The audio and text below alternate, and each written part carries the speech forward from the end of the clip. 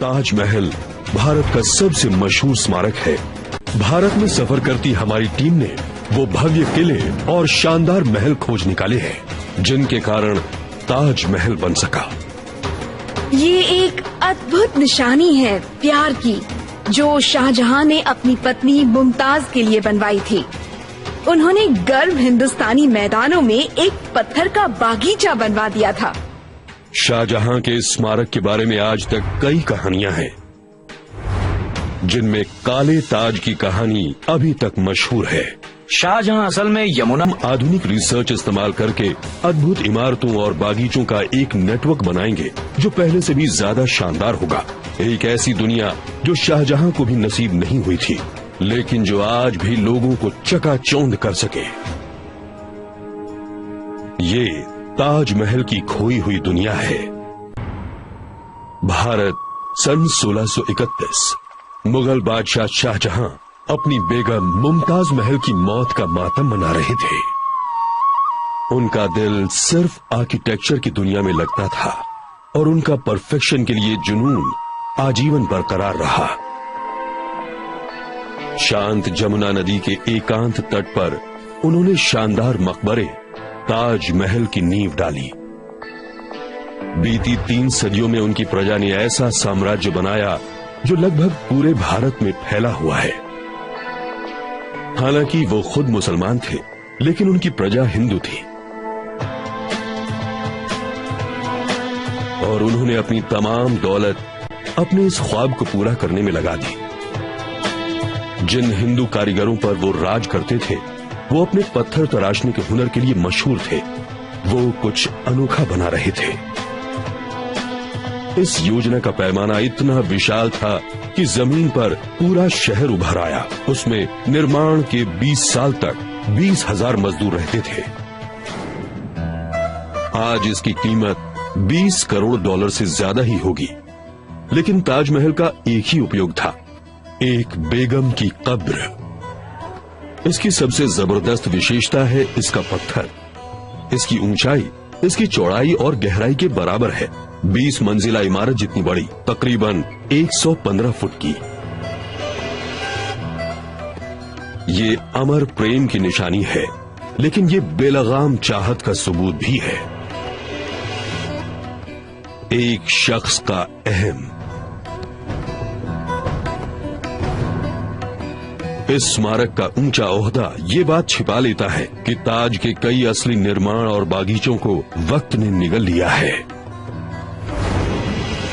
हमारे जांचकर्ता भारत आए हैं उस दुनिया की खोज में जिसने ताजमहल को जन्म दिया। ये समझना आसान है कि रोज 20,000 लोग ताजमहल देखने क्यों आते हैं। जब आप इसके दरवाजे से गुजरते हैं, इसका असर कुछ अलग है। इसका साइज जबरदस्त है। आर्कियोलॉजिस्ट क्रिस्टिन रोमी उन विरोधी आर्किटेक्चरल परंपराओं के बारे में जानने की कोशिश कर रही हैं, जिसने इसे आकार दिया। आज ये दुनिया का सबसे अच्छी तरह से संरक्षित और सबसे सुंदर मकबरा है। सही मायनों में देखा जाए तो इस बात में काफी दम है कि ताज असल में सिर्फ एक मकबरा है। ताजमहल एक नए तरह के आर्किटेक्चर और इंजीनियरिंग का शिखर है, जो शाहजहां के राज में विकसित हुआ था। इंजीनियर माइक शूलर महल की बनावट के बारे में और जानना चाहते हैं कि इसमें कौन से औजार और तकनीकें इस्तेमाल हुई थी। उसमें भारत की पत्थर चिनाई की परंपरा का क्या हाथ था। जब इसे पोस्ट कार्ड पर देखते हैं तो ये बहुत ही छोटा और नाजुक लगता है, लेकिन यहाँ इसका सुडौलपन बहुत ही सुंदर है। लेकिन शाहजहां का ख्वाब हमेशा एक से ज्यादा महल बनाने का था। आज भी जगह 46 फुटबॉल के मैदानों से बड़ी है, लेकिन शाहजहां के समय में ये और भी बड़ी रही होगी। आपको लगता है कि ताजमहल एक हरे भरे बागीचे के बीच में है, लेकिन असल में और भी बिल्डिंग्स इस ताज कॉम्प्लेक्स से जुड़ी थी। ये किला बंद लगता है। जिस बाहरी दीवार के बड़े दरवाजे से हम अंदर आए, वो 30 फुट मोटी है। बहुत ही जबरदस्त। आज ताजमहल की तस्वीरें एक ही जगह से ली जाती हैं, वही इसकी पहचान बन गई है। लेकिन ताज के भीतर ऐसी कई किलानुमा इमारतें अलग अलग सभ्यताओं का मेल दर्शाती हैं। ये मुगल राजवंश का नमूना है। कई सदियों से इसकी अचूक सिमेट्री और चमक ने लोगों को चकाचौंध कर दिया है। और उनके पीछे एक दिलचस्प बात छुपी है।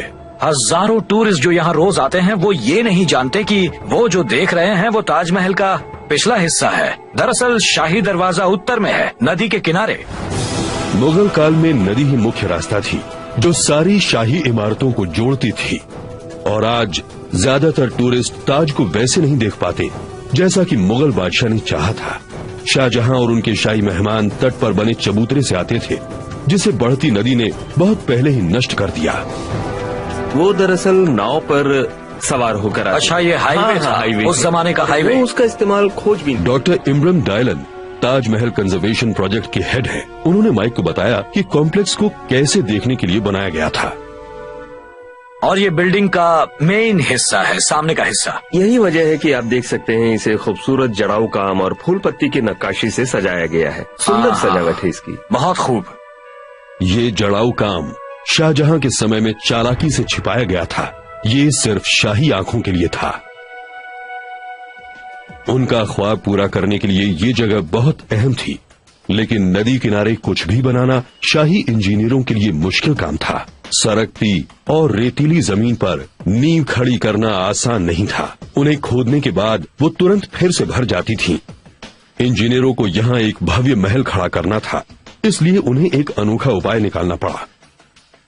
मजदूरों ने ठोस जमीन तक गहरे गड्ढे या कुएं खोदे और उनमें पत्थर और कंकड़ भर दिए।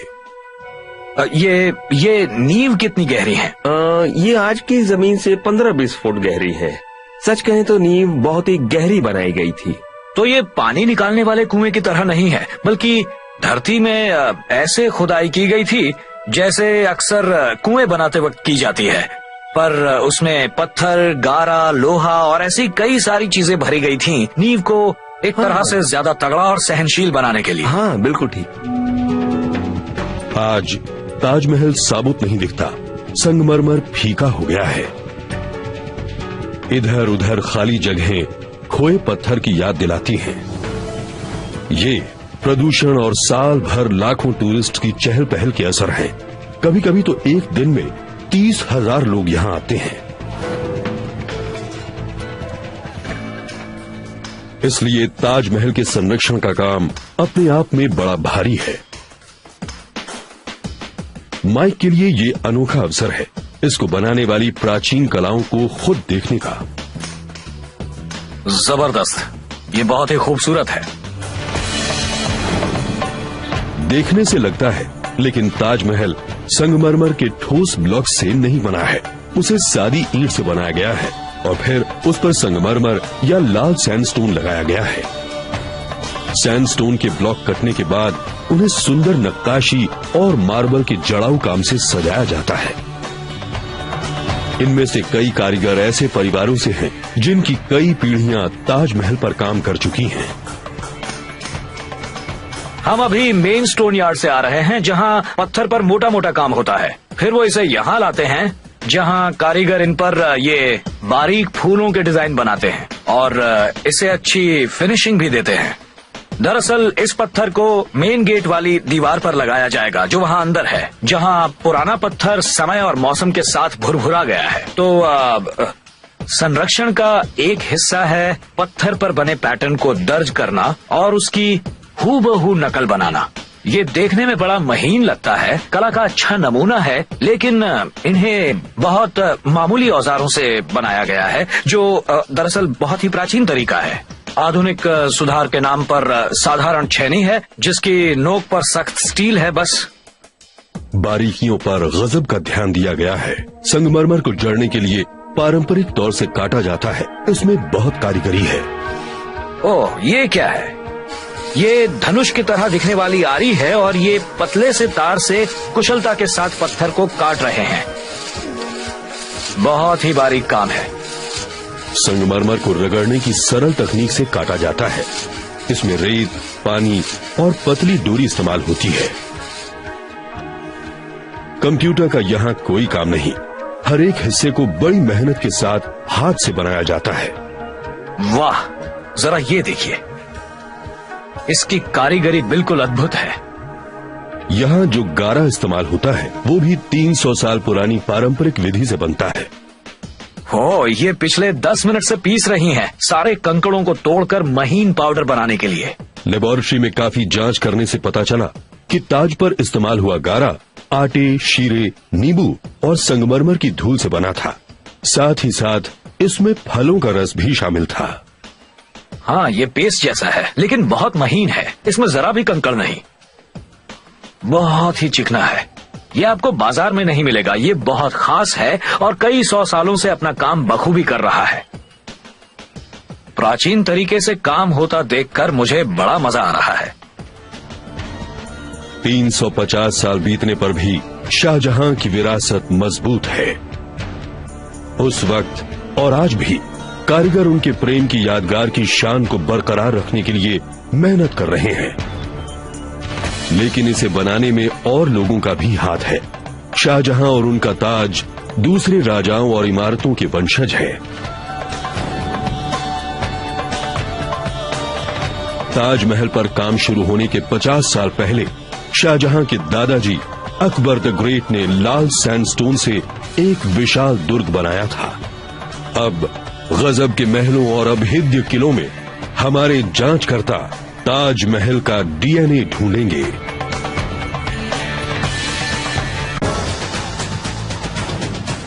हमारे जांचकर्ता भारत आए हैं ताजमहल को जन्म देने वाली दुनिया फिर से खड़ी करने के लिए। ताजमहल आर्किटेक्चर का एक बेमिसाल नमूना है और इसकी दिलचस्प प्रेम कहानी जिसने इसे जन्म दिया बहुत मशहूर है। ये मुगल बादशाह शाहजहां ने अपनी प्यारी बेगम मुमताज महल की याद में बनवाया था। ताजमहल सिर्फ एक इंसान के गम का नतीजा नहीं है, ये दो विरोधी सभ्यताओं के संगम से पैदा हुआ है, हिंदू और मुसलमान। और इन दो शैलियों का संगम शुरू हुआ शाहजहां के दादा अकबर द ग्रेट से। मुगल सल्तनत में उन्होंने सबसे ज्यादा निर्माण किए थे।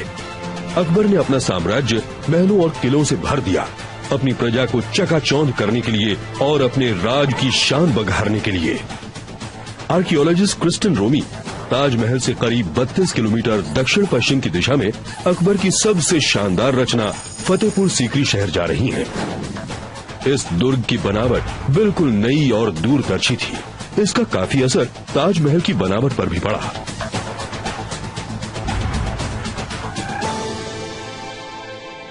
फतेहपुर सीकरी का लाल सैंडस्टोन समय के साथ बिल्कुल नहीं बदला। सन 1569 और 1585 के बीच में बनाया गया फतेहपुर सीकरी 4.5 सदियों से शांत पड़ा है। दरअसल सबसे खास बात फतेहपुर सीकरी की ये है कि यहाँ पर आपको जीवन के बहुत सारे सुराग नहीं मिलेंगे। ये बहुत साफ सुथरी साइट है, यहाँ ज्यादा मलबा नहीं पड़ा है और इस जगह से ये अंदाजा नहीं लगता कि कोई भी यहाँ जरा से भी वक्त के लिए ठहरा हो। सिर्फ 16 साल के बाद अपर्याप्त पानी की सुविधा यहाँ की आबादी का पोषण नहीं कर सकी और इसे छोड़ दिया गया। अगर आप आसपास की बिल्डिंग्स देखें तो ये बहुत बड़ी लगती हैं, विशाल हाँ। और खाली। क्रिस्टन लोकल आर्कियोलॉजिस्ट डॉक्टर मक्खन लाल से उस छोटे अरसे की बात कर रही हैं जब अकबर का ये शहर मुगल सल्तनत का केंद्र था। फतेहपुर सीकरी धंधे और व्यापार का केंद्र था। दुनिया भर से व्यापारी यहाँ अपना सामान बेचने आते थे। यहाँ सोने, मसालों और बढ़िया सिल्क का व्यापार होता था। दुर्ग के बाहर बड़ी दीवारों से सुरक्षित और साफ सुथरी दुकानों की एक कतार मुख्य मार्ग के किनारे लगती थी। वहाँ दूर तक दुकानें होती थीं। ओह अच्छा, ये एक एक दुकान है। ये थोड़ी जी। छोटी हैं। ये छोटी हैं लेकिन इनमें कई विशेष तरह की दुकानें थीं। तो आपके मुताबिक दुकानदार यहाँ सामने रहता होगा? दुकानदार सामने बैठता था, खरीदार ठीक यहाँ बैठते थे और मोल भाव करते थे, बातचीत करते थे कि कौन सा सामान खरीदना है। सबसे महंगी चीजें एक शानदार चौक में बिकती थीं, जहाँ एक बड़ा सैंडस्टोन का दरवाजा था। ये चौक जरा आकर्षक लग रहा है। हाँ, ये कुछ खास चीजों के लिए था, जैसे ऐशो आराम की चीजें।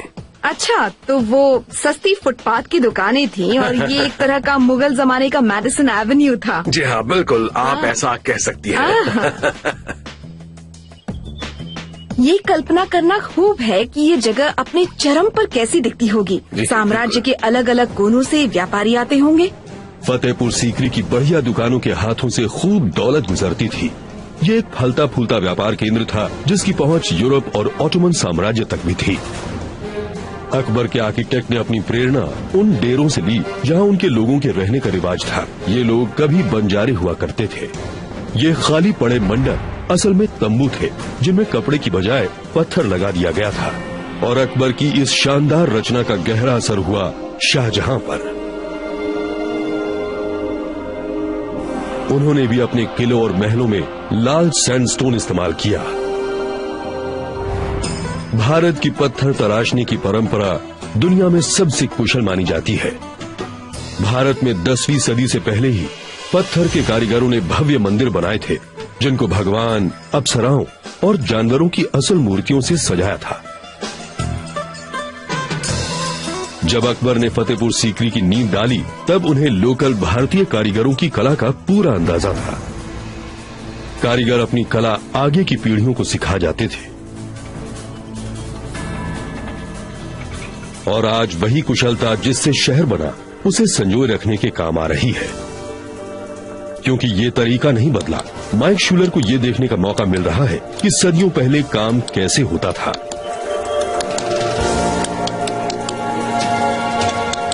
उन्होंने जिस तरह की सूक्ष्मता देखी उसकी बराबरी आधुनिक तकनीकें बहुत कम ही कर सकती हैं। यहाँ अकबर के कारीगरों ने जबरदस्त पत्थर के महल बनाए जिन्हें सुंदर नक्काशी और जड़ाऊ काम से सजाया। इनमें से एक बीरबल का महल बादशाह के जनान खाने की औरतों के लिए बना था। उनके जनान खाने में लगभग 5000 औरतें थीं, 100-200 उनकी बीवियां। उनमें से कई जीते जी उनसे मिली ही नहीं। तो समझ लीजिए कि कई बहुत सुंदर लेकिन बहुत ही ऊब चुकी लड़कियां सोने के पिंजरे में कैद थीं। अकबर का जनान खाना उनके साम्राज्य के मुताबिक बढ़ता रहा। हर नई जीत के साथ पराजित रईस अपनी सबसे सुंदर बेटियां उन्हें तोहफे में दे देते थे, लेकिन इन सबसे ज्यादा उन्हें अपने राज्य में दिलचस्पी थी। दीवाने खास भारत की किसी भी इमारत से हटकर है। इसके बीच में थ्रोन पिलर नाम का एक अद्भुत नक्काशीदार स्तंभ खड़ा है जिसके ऊपर एक बड़ा गोलाकार चबूतरा है। उससे 4 जंगलेदार पुल बाहर निकलते हैं। अपने सिंहासन पर बैठकर अकबर अपनी प्रजा के प्रतिनिधियों से सलाह मशवरा करते थे। इन मशवरों के जरिए उन्होंने भारत के मजहबों को जोड़ने की सोची। ये खंबा उनकी इस कोशिश का प्रतीक है क्योंकि इसमें हिंदू और इस्लाम दोनों धर्म से नमूने लिए गए हैं। फतेहपुर सीकरी ने जो प्रेरणा दी वही उसका सबसे बड़ा योगदान था। उसने भारत को एक आर्किटेक्चर और संस्कृति के जरिए से ऐसा सपना दिखाया जिसमें दोनों मजहबों का मेल मिलाप हो गया। अकबर ने लोकल कारीगरों की कला काम में लगाई जबकि वो उनके अपने रिवाजों से अलग थीं। ये मेलजोल उनका सपना पूरा करने के लिए अहम था। हमारे जांचकर्ता भारत आए हैं ताजमहल को जन्म देने वाली दुनिया फिर से खड़ी करने के लिए। वो आगरा में है। ताजमहल से करीब 1.5 किलोमीटर दूर यहाँ लाल स्टोन का भव्य स्मारक रेड फोर्ट यानी लाल किला यमुना नदी के मोड़ पर खड़ा है। इसे अकबर ने बनाया था, मुगलों में सबसे महान राज्य बनाने वाला शख्स। सन 1526 से 1858 तक मुगल वंश ने अपने राज्य की सीमा बढ़ाई और पूरे भारत में अपनी सल्तनत फैला दी। मुगल सुरक्षा के लिए किले बनाने में भी निपुण थे। उनकी विरासत आज भी दिखाई देती है भारत की भूमि पर बिछे महलों और किलों में।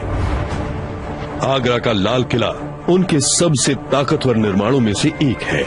ये नाम उसके चारों ओर खड़ी 110 फुट ऊंची लाल सैंडस्टोन की दीवार की वजह से पड़ा। ये किला 200 साल से ज्यादा मुगल सल्तनत के प्रशासन का केंद्र बना रहा। नजर पर छा जाने वाला किला लोगों को याद दिलाता था कि आखिर ताकत किसके पास है। इंजीनियर माइक शूलर इसकी रक्षा का प्रबंध परख रहे हैं। ये चट्टानों की कड़ी जैसा है, सीधी चट्टानें जिन पर चढ़ना नामुमकिन है। देखने में लगता है कि ये ठोस पत्थर की बनी हैं, लेकिन इनकी बनावट ताजमहल जैसी है, जहां पत्थरों के अंदर दीवार ईंट की बनी है। अब इसका मतलब ये कम मजबूत नहीं है, लेकिन सोचने की बात यह है कि ठोस पत्थर के किले पर आक्रमण करने की बात जरूर कोई पागल ही सोचेगा। अकबर का यही इरादा था कि दीवारें अटूट बन जाएं। बराबर अंतराल पर दरवाजे थे। ऊंची मीनारों और दीवारों से सुरक्षा और बढ़ती थी। 16वीं सदी की शुरुआत में शाहजहां, जिन्होंने बाद में ताजमहल बनवाया, इस किले के वारिस हो जाते हैं और इसको बदल डालते हैं। उनका राज मुगल हुकूमत की बसंत जैसा था, एक शांत अरसा जिसमें खुशहाली और स्थिरता थी। उनका हुक्म सबसे ऊंचा था। उनके राज्य में लड़ाई नहीं होती थी। ये जबरदस्त शानो शौकत का अरसा था जब लोग अपने महान शासक को सबसे बड़ा निर्माण करते हुए देख रहे थे। अपने दादाजी से विरासत में मिली इमारतों से शाहजहां संतुष्ट नहीं थे। उन्होंने आगरा के लाल किले के बड़े बड़े हिस्सों में सुधार किया। उन्होंने उसे सुरक्षित गढ़ से आनंद को समर्पित महल में बदल दिया। उन्होंने सफेद संगमरमर में अपनी छाप छोड़ी। इससे अंदाजा लगाया जा सकता था कि वो ताजमहल में क्या करने वाले हैं। लाल सैंडस्टोन को हटाकर सफेद संगमरमर से सजावट की गई। जहां अकबर के निर्माणों ने अनेकता को अपनाया था, शाहजहां की शैली में एक नई तरतीब में विश्वास दिखता था।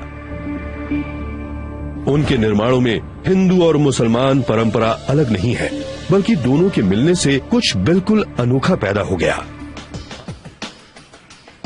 क्रिस्टिन जो देख रही हैं, वो दो संस्कृतियों का संगम है जिसे पत्थर में दर्शाया गया है। अगर आप इसे गौर से देखें तो इसमें हिंदू और इस्लामिक डिजाइन भरपूर है, जैसे कि ये रेखा से बनी चीज यहाँ, जिसके ऊपर ये हिंदू आर्च है। खास बात यह भी है कि ये इमारतें कैसी दिखती हैं, इस पर दिन के समय का भी गहरा असर पड़ता है। इसके डिजाइन में एक मजेदार ऊर्जा है और सैंडस्टोन की बनावट बहुत खूब है और इसका रंग भी ये मांस जैसा मुलायम गुलाबी लगता है और फिर ये गहरा लाल हो जाता है और सूर्यास्त के वक्त ये फिर से गुलाबी हो जाता है। तो ये बिल्डिंग लगातार बदलती ही रहती है। प्राकृतिक तत्वों के प्रयोग से इमारतों की दिखावट को संवारने का ख्याल ताजमहल पर पूरे जोर शोर से इस्तेमाल हुआ है। आगरा फोर्ट हमेशा से एक सेना की छावनी से ज्यादा रहा है और इन दीवारों के अंदर शाहजहां मुगल दरबार की शराब और शबाब वाली जीवन शैली में डूबते चले गए। वो अपने जवाहरातों और कपड़ों की पसंद के लिए जाने जाते थे और दर्जियों और जौहरियों की एक टोली उनकी सेवा किया करती थी। उनके जनान खाने में कई सौ वेश्याएं और दासियां रहती थीं और दर्जनों बीवियां भी थीं। इस शानो शौकत का शिखर था मुसम्मन बुर्ज पैलेस, जो उन्होंने अपनी पसंदीदा पत्नी मुमताज महल के लिए बनवाया था। उनके मरने पर उन्हें ताजमहल में रखा गया, लेकिन जीते जी वो यहाँ रहती थी। आर्कियोलॉजिस्ट क्रिस्टिन रोमी महल को परख रही हैं। उन्होंने पाया कि इस जगह ही शाहजहां ने उस शैली के साथ प्रयोग किए जो ताजमहल के पूरा होने तक अपने चरम पर पहुंच गई थी। ये एक अद्भुत निशानी है प्यार की, जो शाहजहां ने अपनी बेगम मुमताज के लिए बनाई थी। देखा जाए तो उन्होंने गर्म हिंदुस्तानी मैदानों में एक पत्थर का बागीचा खड़ा कर दिया था। खूबसूरती बढ़ाने के लिए शाहजहां पूरे राज्य और उसके बाहर से भी राय लेते थे। उन्होंने यूरोप के कारीगरों को अपने दरबार में अपने कारीगरों को कीमती पत्थरों को जड़ने के नए नए तरीके सिखाने के लिए बुलाया, जैसे कि इटालियन तरीका पिएट्रा डूरा, रंग बिरंगे कोरल, लैपिस और दूसरे पत्थरों से कई तरह के फूल बनते थे। नतीजा इतनी सफाई के साथ महल की दीवारों पर बहता हुआ नजर आता था कि लगता था ये चित्रकारी है, पत्थर का काम नहीं। ये देखिए, ये कितना जबरदस्त जड़ाऊ काम है, जिसमें एगेट्स और कार्नीलियंस हैं और हर तरह के बेशकीमती पत्थर लगे हुए हैं। इन सब आर्चेज और खंभों के आगे का हिस्सा देखिए।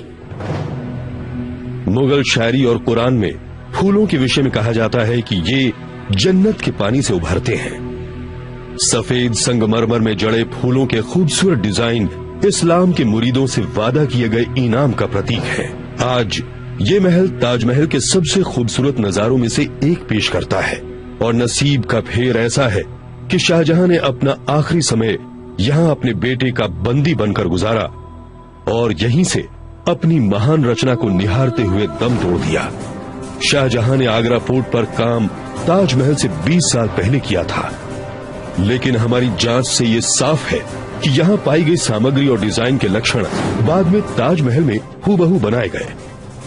लाल सैंडस्टोन को चमकते सफेद संगमरमर ने हटा दिया, जिसमें खूबसूरत जड़ाऊ काम था। यहाँ किए गए प्रयोग इतिहास की सबसे दंग कर देने वाली इमारत को बनाने में इस्तेमाल हुए। हमारी टीम ने ताजमहल का विकास समझ लिया है, जिसमें खोए शहर और किले उजागर हुए जिन्होंने इसके निर्माण का रास्ता बनाया। अब वो वापस ताजमहल पहुंचे हैं, जो बादशाह शाहजहां का मुगल आर्किटेक्चर का मास्टरपीस है और दुनिया की सबसे मशहूर इमारत। आज भी मुगल सल्तनत से जुड़ी दौलत और ताकत हमें नजर आती है। हम मुगल शब्द को हॉलीवुड मुगल्स या रियल एस्टेट मुगल्स कहने के लिए इस्तेमाल करते हैं, लेकिन ये शब्द मुगल शाहजहां के समय से आया है। वो मुगल वंश का हिस्सा थे। उन्होंने ताकत और दौलत का एक मकाम हासिल किया था, जो आज भी लोग पाने की कोशिश करते हैं। इसीलिए वो मुगल कहलाते हैं और ये शब्द शाहजहां के समय से आया है। हमारी टीम पता लगाना चाहती है कि बादशाह शाहजहां के समय में ये बेजोड़ इमारत कैसी लगती होगी। ये एक बड़ी चुनौती है, क्योंकि ताजमहल के कई असली स्ट्रक्चर्स बढ़ते हुए शहर या नदी जैसे प्राकृतिक तत्वों ने नष्ट कर दिए। उन्हें इस स्मारक में छिपे इस्लाम के चिन्हों को भी समझना होगा। सारे मुगल बादशाहों की तरह शाहजहां भी मुसलमान थे और सजावट की बारीकियों में धार्मिक अहमियत भरी है। आर्कियोलॉजिस्ट क्रिस्टन रोमी अपनी जांच मुख्य द्वार से शुरू करती हैं। यहाँ आप देख सकते हैं कि ताजमहल के दरवाजे पर कुरान में दर्ज किया गया अल्लाह का वादा इसके चारों ओर लिखा हुआ है। ये द्वार उस दरवाजे का प्रतीक है जिससे गुजर के मोहम्मद अनंत में चले गए थे। और ये शब्द ताजमहल के दोनों उद्देश्य दिखाते हैं कि ये मकबरा भी है और जन्नत के बागों की नुमाइंदगी भी। और जानने के लिए क्रिस्टन लोकल इतिहासकार डॉक्टर प्रियलीन सिंह से मिलती हैं। जन्नत के बाग आमतौर पर चिन्हों से भरे होते थे, चाहे वो कुछ बोने की बात हो या पानी के इस्तेमाल की। जैसे कि बोने की बात करें तो बहुत सारे फूल होते थे, क्योंकि इस्लामी सभ्यता में ये दिव्य दायरे के चिन्ह थे। मुगल रेगिस्तान के लोग थे, जिन्हें चिलचिलाती धूप और सूखी जमीन की आदत थी। हवा से पनाह और पानी का बढ़िया प्रबंध, एक बागीचे का नखलिस्तान, ये उनका जमीन पर जन्नत का ख्याल था। अब हम तस्वीर बना सकते हैं कि बाग कैसा दिखता होगा।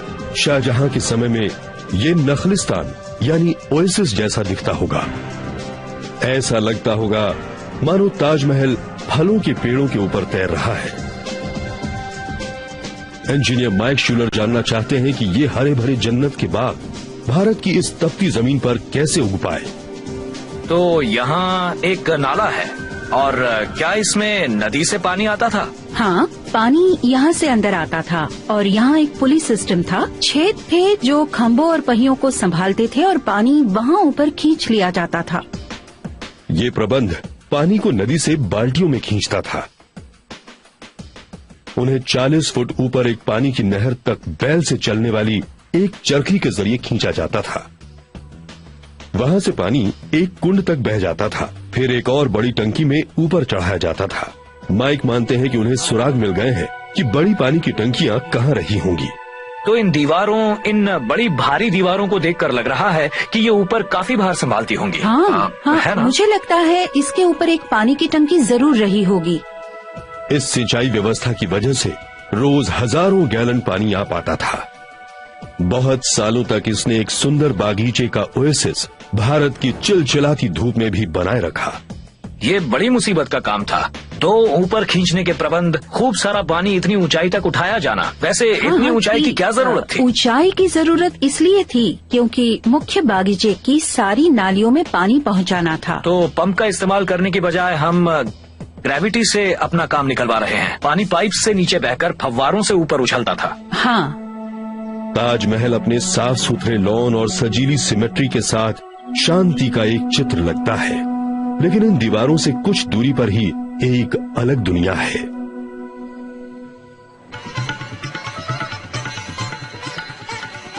पुरानी दुकानों और सस्ते सराय से भरा हुआ ये इलाका कहलाता है ताजगंज।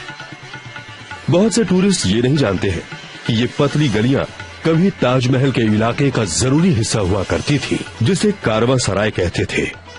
क्रिश्चियन रोमी आर्कियोलॉजिस्ट जॉन फ्रिट्ज से मिली, जिन्होंने ताजमहल के परिसर के असली नक्शे को बनाने में 10 साल गुजारे हैं। कारवां सराय सफर करते हुए व्यापारियों के ठहरने और उनके माल को रखने की सुरक्षित जगह थी।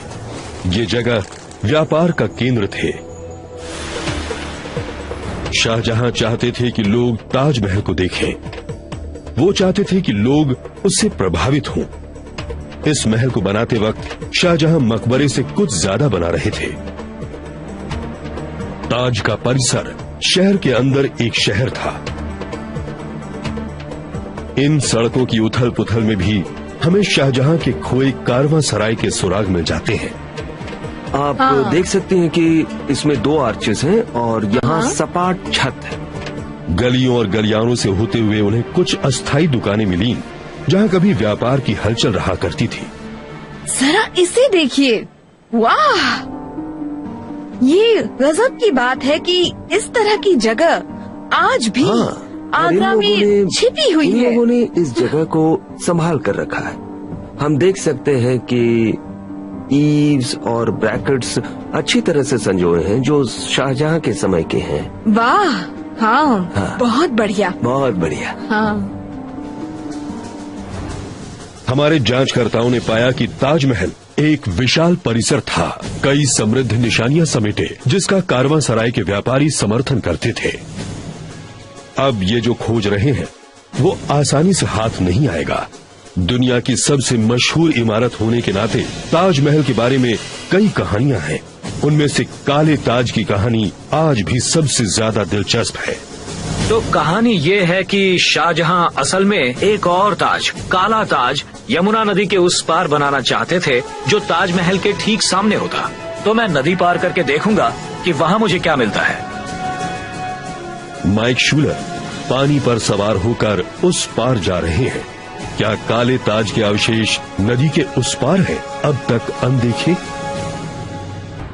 जो कहावत आज भी टूर गाइड सुनाते हैं वो ये है कि मुगल बादशाह शाहजहां काले संगमरमर का एक दूसरा मकबरा ताज के सामने ही नदी के उत्तरी किनारे पर बनाना चाहते थे। टूर गाइड कहते हैं कि शाहजहां के बेटे ने उसका काला रूप बनाने से पहले ही अपने पिता का तख्ता पलट दिया। कई लोगों ने ये दावा भी किया है कि उन्हें काले संगमरमर के टुकड़े मिले, जो शायद काले ताज की अधूरी नींव हो सकते हैं। लेकिन उन हजारों टूरिस्ट को जो ताज के खेमों से नदी के उस पार देखते हैं, बंजर धरती से ज्यादा कुछ नजर नहीं आता। जांचकर्ता माइक शूलर नदी के उस पार जा रहे हैं, काले ताज के किस्से के बारे में सबूत ढूंढने। आर्कियोलॉजिस्ट जॉन फ्रिट्ज नदी के उस पार माइक से मिलते हैं। उन्होंने यहाँ के खंडहर में 10 साल खुदाई की है, और क्योंकि उन्हें कोई ठोस सबूत नहीं मिला, इसलिए वो मानते हैं कि काले ताज की कहानी मनगढ़ंत है। मैंने ये बात सुनी है, ये मशहूर कहानी, कि शाहजहां असल में ताजमहल की एक हूबहू नकल काला ताज यहाँ बनाना चाहते थे, काले संगमरमर से। ये उसी की नींव जैसी लगती है ना? ये नींव जैसी लगती है, मगर ये ताज की नींव नहीं है। ये एक बेहतरीन प्रेम कहानी है जो 300 साल पहले हुई थी। अफवाहों की कोई असली बुनियाद नहीं है। उन्हें कोई काला पत्थर नहीं मिला, तो ये काले ताज की नींव नहीं है? पत्थर नहीं, कोई काला ताज नहीं था। अगर काला पत्थर नहीं मिला तो ये बात बिल्कुल बेबुनियाद है कि यहाँ काला ताज बनने वाला था। दरअसल ये लोगों की हाँ, बनाई हुई वैसे- मनगढ़ंत कहानियां हैं और कुछ नहीं। लेकिन उन्हें अपनी जांच में पता चला कि शाहजहां नदी के इस पार कोई निर्माण करना चाहते थे। एक और इमारत नहीं, बल्कि वो मेहताब बाग यानी मूनलाइट गार्डन बनाना चाहते थे। यहाँ एक भव्य 8 कोनों वाला फव्वारा हुआ करता था, एक विशाल कुंड जिसमें से करीब 25 फव्वारे निकला करते थे। यहाँ दरबार भी लगता था और शाहजहां को खासकर इस कुंड के उत्तरी छोर पर बने मंडप में बैठ रहते होंगे और खुशबूदार फूल तन मन सुगंधित करते होंगे। और ये पहले से ही निश्चित था कि शाहजहां बाग में शाही बेड़े पर नदी के जरिए प्रवेश करेंगे। बादशाह उस ओर से मेहताब बाग आते थे, यानी ये वही सीढ़ियां हो सकती हैं जिनसे बादशाह नीचे उतरते थे। तो मैं शाहजहां की निजी सीढ़ी पर खड़ा हूँ, शाही सीढ़ी पर। बिल्कुल, और ये बहुत ही बढ़िया है। मेहताब बाग को इस तरह बनाया जाना था कि वो नदी के उस पार ताजमहल के बागीचों की सीध में हो। इस बाग के बारे में एक अहम बात है जो इसके अनुभव को खास बना देती है, और वो ये कि ये ताजमहल की ठीक सीध में बना है और समानता में भी ताज के अंदर से होते हुए, तालाब से होते हुए उत्तर के दरवाजे के फव्वारे तक मैं जाता है। देख रहा हूँ कि इस कोने के खेमे भी ताजमहल के पूर्वी छोर की बिल्कुल सीध में है। हाँ, इस बाग का अहाता बिल्कुल ताजमहल के बागीचे की चौड़ाई का है। और 350 साल बाद हम इसे फिर से वैसा बना सकते हैं जैसा ये तब दिखता था। मेहताब बाग हमेशा से ही ताज परिसर की असली योजना का हिस्सा था। शाहजहां ने अपना सपना पूरा करने के लिए अपने राज्य की तमाम दौलत और साधना लगा दी। उन्होंने प्राकृतिक तत्वों का इस्तेमाल किया, जैसे नदी और दिन की बदलती रोशनी। चांदनी में जो कंप्यूटर की तकनीक से बनाई गई है, काला ताज पानी पर नजर आता है। क्या शाहजहां का असल में यही इरादा था? एक और महल नहीं, बल्कि ताजमहल की गहरी छाया, चांदनी में बनी एक परछाई। ताजमहल की अलौकिक सुंदरता के जरिए एक तानाशाही राजा दुनिया के सामने अपनी शानो शौकत दिखा रहा था। ये हाल में ही पता चला है कि ताज परिसर में मकबरा, बागीचा, प्रवेश दरबार तो है ही, पर ताजगंज और अब मेहताब बाग भी उस शानदार योजना में शामिल थे। हाँ, साइट की समानता का हिस्सा, ये उसका जोड़ है। सही कहा, ये बहुत बड़ी योजना थी। मतलब ये उत्तर से दक्षिण तक करीब 1 बहुत किलोमीटर से खूब, ज्यादा बहुत है। खूब। गजब का निर्माण है। ये साफ है कि शाहजहां अपने मेहमानों पर हावी होना चाहते थे। इसका विशाल पैमाना, इसका रौबदार दरवाजा, मकबरे तक लंबा रास्ता, इसके 4 मीनार जो ऐसे खड़े हैं जैसे किसी कीमती नग की रखवाली कर रहे हो, और इसकी सुंदर सजावट, सभी इस बात को पुख्ता करते हैं। लेकिन इसकी शैली की एकता और इसके डिजाइन का मेलजोल ही हमारे जांचकर्ताओं के लिए शाहजहां की सबसे बड़ी सफलता है। ये सिर्फ एक शख्स के सपने का नतीजा नहीं है, बल्कि 2 विकसित सभ्यताओं का मेल भी है। ताजमहल में शाहजहां ने मुगल आर्किटेक्चर को भारत के और पहले के बहुमूल्य इतिहास के साथ मिला दिया।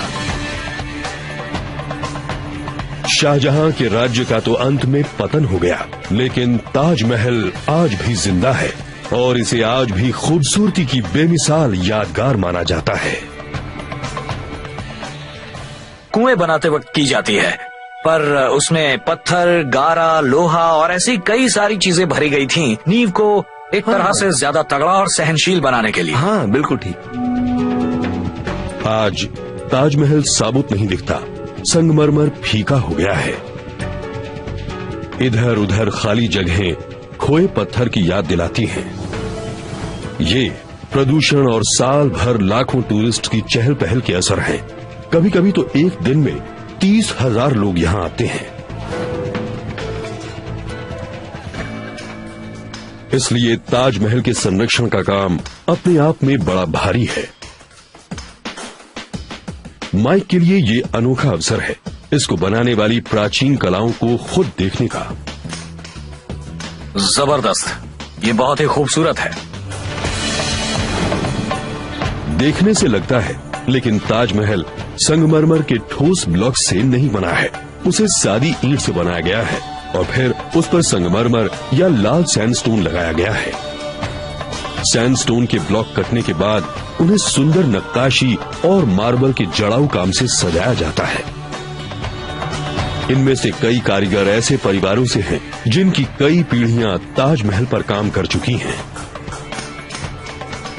हम अभी मेन स्टोन यार्ड से आ रहे हैं, जहां पत्थर पर मोटा मोटा काम होता है। फिर वो इसे यहाँ लाते हैं, जहां कारीगर इन पर ये बारीक फूलों के डिजाइन बनाते हैं और इसे अच्छी फिनिशिंग भी देते हैं।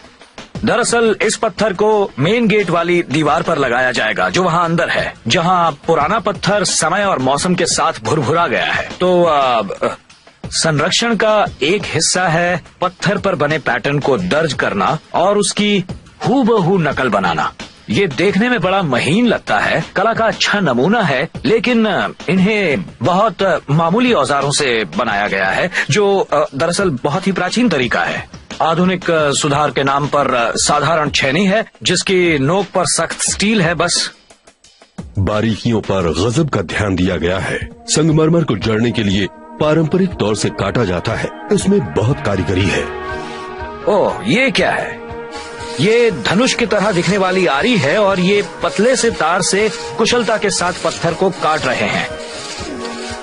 बहुत ही बारीक काम है। संगमरमर को रगड़ने की सरल तकनीक से काटा जाता है। इसमें रेत, पानी और पतली डोरी इस्तेमाल होती है। कंप्यूटर का यहाँ कोई काम नहीं। हर एक हिस्से को बड़ी मेहनत के साथ हाथ से बनाया जाता है। वाह, जरा ये देखिए, इसकी कारीगरी बिल्कुल अद्भुत है। यहाँ जो गारा इस्तेमाल होता है वो भी 300 साल पुरानी पारंपरिक विधि से बनता है। हो, ये पिछले 10 मिनट से पीस रही हैं, सारे कंकड़ों को तोड़कर महीन पाउडर बनाने के लिए। लेबोरेटरी में काफी जांच करने से पता चला कि ताज पर इस्तेमाल हुआ गारा आटे, शीरे, नींबू और संगमरमर की धूल से बना था। साथ ही साथ इसमें फलों का रस भी शामिल था। हाँ, ये पेस्ट जैसा है, लेकिन बहुत महीन है। इसमें जरा भी कंकड़ नहीं।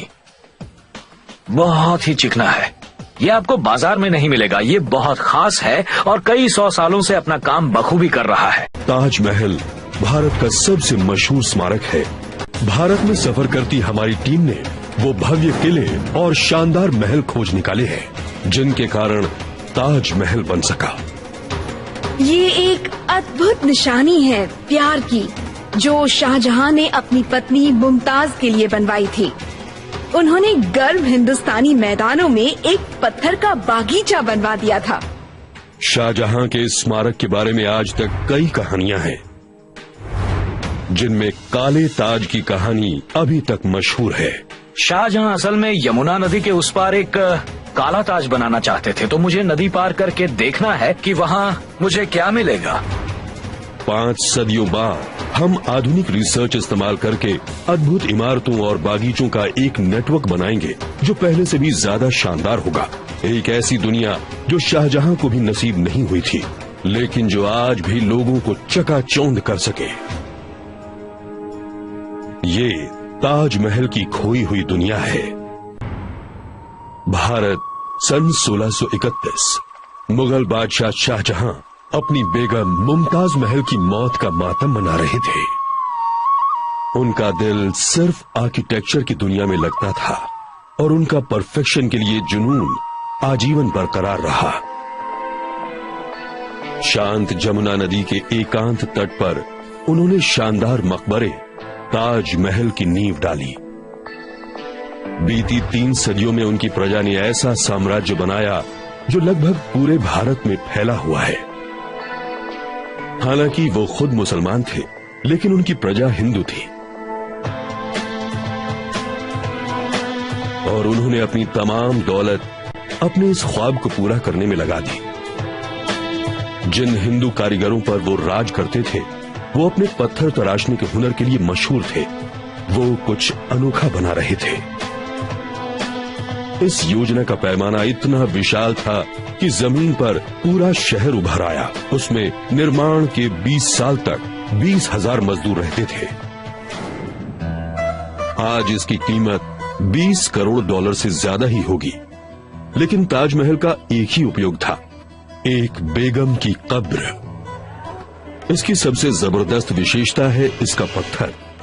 इसकी ऊंचाई इसकी चौड़ाई और गहराई के बराबर है। 20 मंजिला इमारत जितनी बड़ी, तकरीबन 115 फुट की। ये अमर प्रेम की निशानी है, लेकिन ये बेलगाम चाहत का सबूत भी है। एक शख्स का अहम।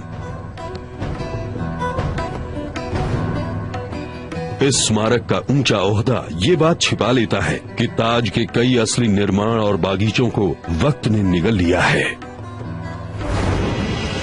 हमारे जांचकर्ता भारत आए हैं उस दुनिया की खोज में जिसने ताजमहल को जन्म दिया। ये समझना आसान है कि रोज 20,000 लोग ताजमहल देखने क्यों आते हैं। जब आप इसके दरवाजे से गुजरते हैं, इसका असर कुछ अलग है। इसका साइज जबरदस्त है। आर्कियोलॉजिस्ट क्रिस्टिन रोमी उन विरोधी आर्किटेक्चरल परंपराओं के बारे में जानने की कोशिश कर रही हैं जिसने इसे आकार दिया। प्राचीन तरीके से काम होता देखकर मुझे बड़ा मजा आ रहा है। 350 साल बीतने पर भी शाहजहां की विरासत मजबूत है। उस वक्त और आज भी कारीगर उनके प्रेम की यादगार की शान को बरकरार रखने के लिए मेहनत कर रहे हैं। लेकिन इसे बनाने में और लोगों का भी हाथ है। शाहजहां और उनका ताज दूसरे राजाओं और इमारतों के वंशज है। ताजमहल पर काम शुरू होने के 50 साल पहले शाहजहां के दादाजी अकबर द ग्रेट ने लाल सैंडस्टोन से एक विशाल दुर्ग बनाया था। अब गजब के महलों और अभेद्य किलों में हमारे जांचकर्ता ताजमहल का डीएनए ढूंढेंगे।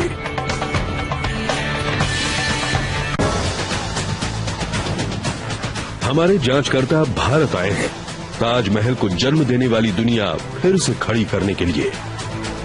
ताजमहल आर्किटेक्चर का एक बेमिसाल नमूना है और इसकी दिलचस्प प्रेम कहानी जिसने इसे जन्म दिया बहुत मशहूर है। ये मुगल बादशाह शाहजहां ने अपनी प्यारी बेगम मुमताज महल की याद में बनवाया था। ताजमहल सिर्फ एक इंसान के गम का नतीजा नहीं है। ये दो विरोधी सभ्यताओं के संगम से पैदा हुआ है, हिंदू और मुसलमान। और इन दो शैलियों का संगम शुरू हुआ शाहजहां के दादा अकबर द ग्रेट से। मुगल सल्तनत में उन्होंने सबसे ज्यादा निर्माण किए थे। अकबर ने अपना साम्राज्य महलों और किलों से भर दिया, अपनी प्रजा को चकाचौंध करने के लिए और अपने राज की शान बघारने के लिए। आर्कियोलॉजिस्ट क्रिस्टिन रोमी ताजमहल से करीब 32 किलोमीटर दक्षिण पश्चिम की दिशा में अकबर की सबसे शानदार रचना फतेहपुर सीकरी शहर जा रही हैं। इस दुर्ग की बनावट बिल्कुल नई और दूरदर्शी थी। इसका काफी असर ताजमहल की बनावट पर भी पड़ा।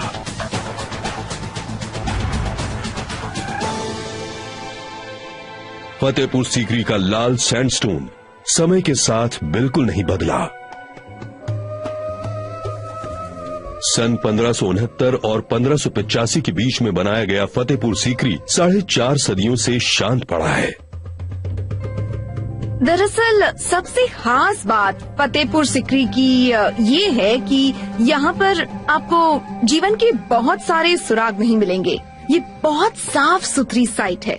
यहाँ ज्यादा मलबा नहीं पड़ा है और इस जगह से ये अंदाजा नहीं लगता कि कोई भी यहाँ जरा से भी वक्त के लिए ठहरा हो।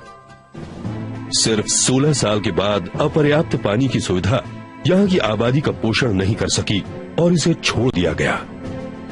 अगर आप आसपास की बिल्डिंग्स देखें तो ये बहुत बड़ी लगती हैं, विशाल हाँ। और खाली।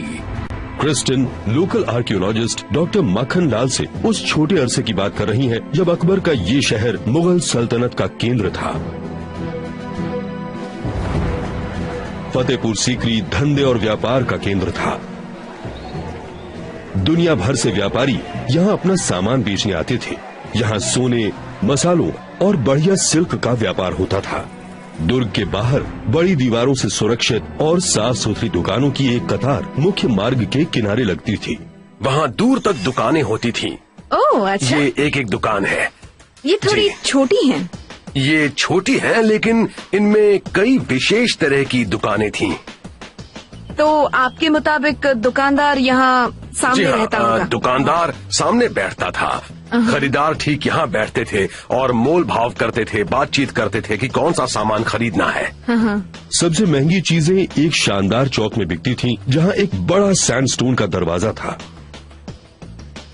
ये चौक जरा आकर्षक लग रहा है।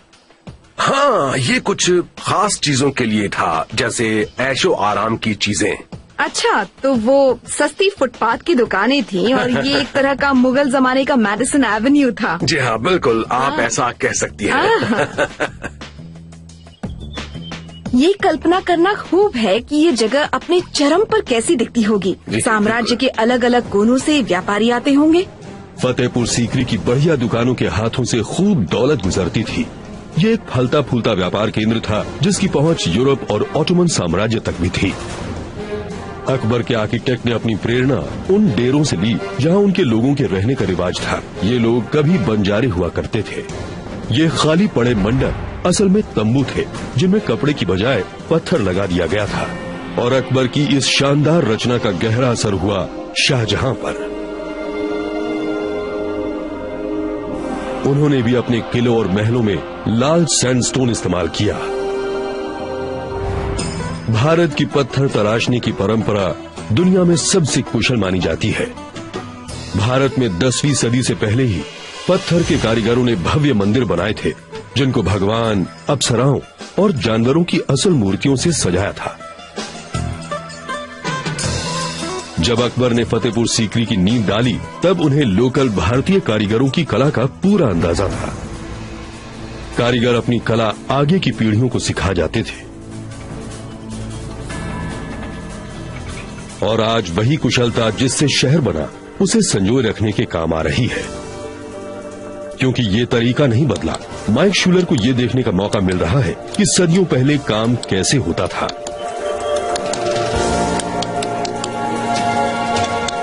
उन्होंने जिस तरह की सूक्ष्मता देखी, उसकी बराबरी आधुनिक तकनीकें बहुत कम ही कर सकती हैं।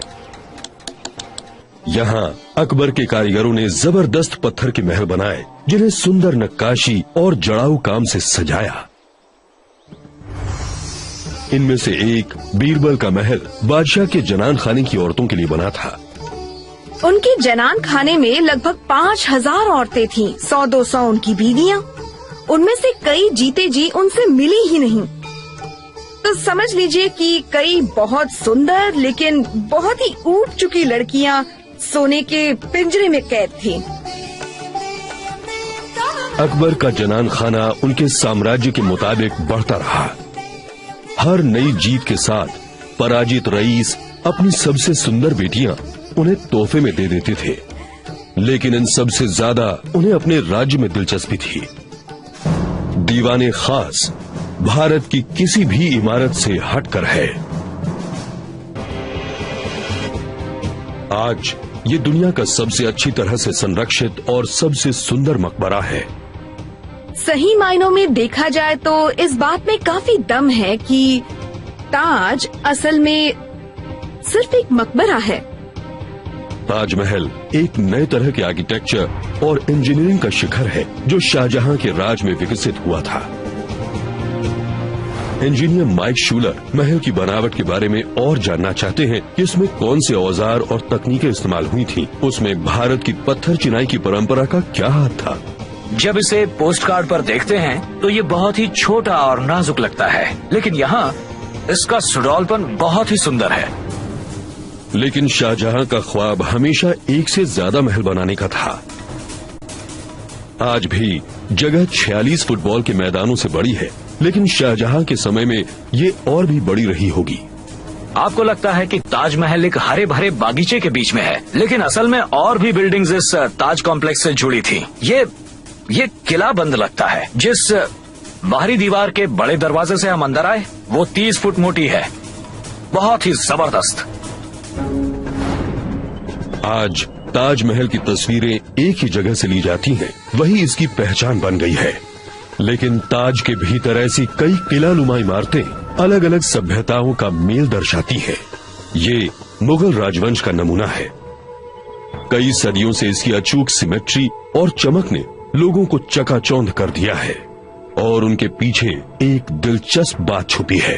हजारों टूरिस्ट जो यहाँ रोज आते हैं वो ये नहीं जानते कि वो जो देख रहे हैं वो ताजमहल का पिछला हिस्सा है। दरअसल शाही दरवाजा उत्तर में है, नदी के किनारे। मुगल काल में नदी ही मुख्य रास्ता थी जो सारी शाही इमारतों को जोड़ती थी, और आज ज्यादातर टूरिस्ट ताज को वैसे नहीं देख पाते जैसा कि मुगल बादशाह ने चाहा था। शाहजहां और उनके शाही मेहमान तट पर बने चबूतरे से आते थे, जिसे बढ़ती नदी ने बहुत पहले ही नष्ट कर दिया। वो दरअसल नाव पर सवार होकर आते। अच्छा, ये हाईवे था, हाईवे उस जमाने का हाईवे। वो उसका इस्तेमाल खोजबीन। Doctor Imran Dylan Taj Mahal conservation project के हेड हैं। उन्होंने माइक को बताया कि कॉम्प्लेक्स को कैसे देखने के लिए बनाया गया था। और ये बिल्डिंग का मेन हिस्सा है, सामने का हिस्सा। यही वजह है कि आप देख सकते हैं इसे खूबसूरत जड़ाऊ काम और फूल पत्ती की नक्काशी से सजाया गया है। सुंदर सजावट है इसकी। बहुत खूब। ये जड़ाऊ काम शाहजहां के समय में चालाकी से छिपाया गया था। ये सिर्फ शाही आंखों के लिए था। उनका ख्वाब पूरा करने के लिए ये जगह बहुत अहम थी, लेकिन नदी किनारे कुछ भी बनाना शाही इंजीनियरों के लिए मुश्किल काम था। सरकती और रेतीली जमीन पर नींव खड़ी करना आसान नहीं था। उन्हें खोदने के बाद वो तुरंत फिर से भर जाती थीं। इंजीनियरों को यहाँ एक भव्य महल खड़ा करना था, इसलिए उन्हें एक अनोखा उपाय निकालना पड़ा। मजदूरों ने ठोस जमीन तक गहरे गड्ढे या कुएं खोदे और उनमें पत्थर और कंकड़ भर दिए। ये नींव कितनी गहरी है? ये आज की जमीन से 15-20 फुट गहरी है। सच कहें तो नींव बहुत ही गहरी बनाई गई थी। तो ये पानी निकालने वाले कुएं की तरह नहीं है, बल्कि धरती में ऐसे खुदाई की गई थी जैसे अक्सर